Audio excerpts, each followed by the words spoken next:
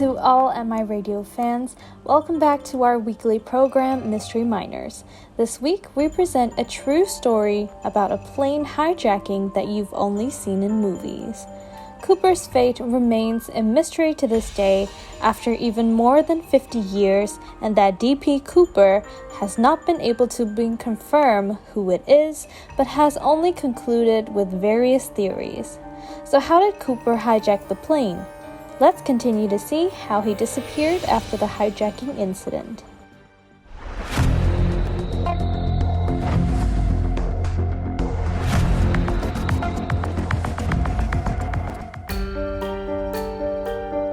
In 1971, on the day before Thanksgiving, on November 24, a middle-aged man in the United States arrived at Poland International Airport in the afternoon with a suitcase to travel to Seattle, Washington. When he arrived at the airport, he purchased a one-way ticket at the Northeast Orient Airlines counter using the fake name of D.P.Cooper.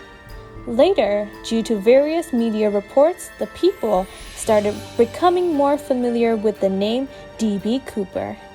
According to those who saw Cooper, he looked very calm and collected in a long coat and ordered a drink while waiting for the plane to take off.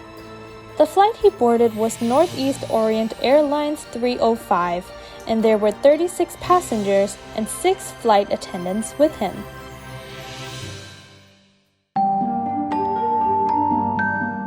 As the plane took off, Cooper handed a piece of paper to flight attendant Florence Schaffner, who was sitting a short distance behind him. The paper said that there is a bomb in his briefcase and that he wanted Schaffner to sit next to him. So Schaffner, of course, got scared of this threat and decided to sit next to Cooper. Cooper then revealed a bomb rigged with 8 explosive dynamites from his briefcase and asked Schaffner to write a letter to send to the pilot. In that letter, Cooper asked for $200,000 and 4 parachutes to be prepared. Although $200,000 may not seem like much, it is worth about $1.3 million in today's terms. When the plane arrived in Seattle, it was requested that the plane must be refueled immediately after landing at the airport and take off immediately.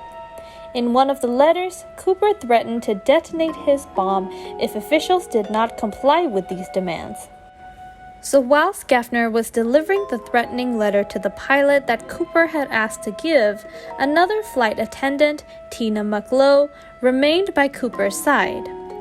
While there, Mucklow used the cabin telephone to inform the other flight attendants that the plane had been hijacked. When the pilot received the threat that the plane had been hijacked, he called the Air Traffic Control Center in Seattle and informed them of the situation on the plane. At this point, airline officials and FBI agents took $200,000 from a nearby bank to meet Cooper's demands. While preparing, the plane hovered around the Puget Sound area for 2 hours without landing.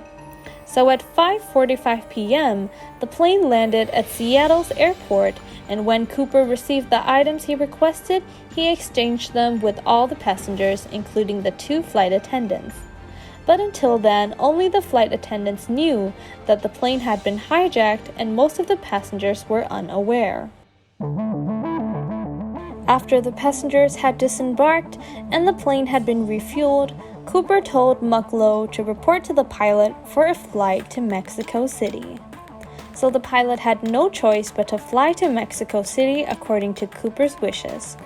During this flight, Cooper asked the pilot to prepare the gear and open the emergency door ladder under the belly of the plane so that the plane would land as slowly as possible without flying above 10,000 feet.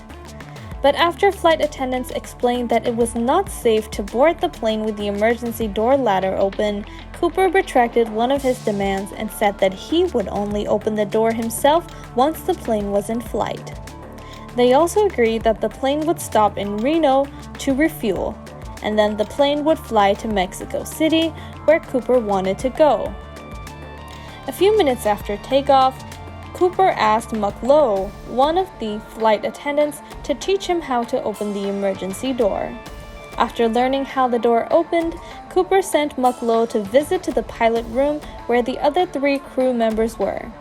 According to Mucklow's retelling, Cooper was ready to put on his parachutes at the time of the dispatch. At around 8 p.m., the staff noticed that the emergency door had been opened, and at 8:13 minutes, the west side of the plane suddenly shook, learning that Cooper had jumped out of the plane. From that time on, no matter how many ways Cooper was searched for, he was no longer found, and the things he had taken with him disappeared. The manhunt for Cooper was one of the most extensive cases in the United States and a difficult case for the FBI agents to do. Also, who is the person who hijacked the plane using the fake name Dan Cooper? They could not come up with a definitive answer as to which one it was. One thing to note here is that the area where Cooper jumped out was near the Washougal River in southwest Washington state, and a search of the area failed to find Cooper's body or his belongings. Therefore, this disappearance is considered a mysterious event. By 1980, 9 years after Cooper disappeared, an interesting incident emerged for those investigating the D.P.Cooper case. That's when Brian Ingram, an 8-year-old boy, found a rotting package containing $20 worth of cash on a beach along the Columbia River, also known as Tana Bar. The total value of the torn dollars is $5,800. When officials were informed about this, they found that these dollar bills were identical to the serial numbers of the dollar bills given to Cooper. So they searched again around the place where the package was found, and in that search, they were not able to find anything else, including the rest of the money. So some people concluded that the rest of the money might have sunk somewhere on the Tenabar beach, while meteorologists and most other people thought it might have washed away with the water.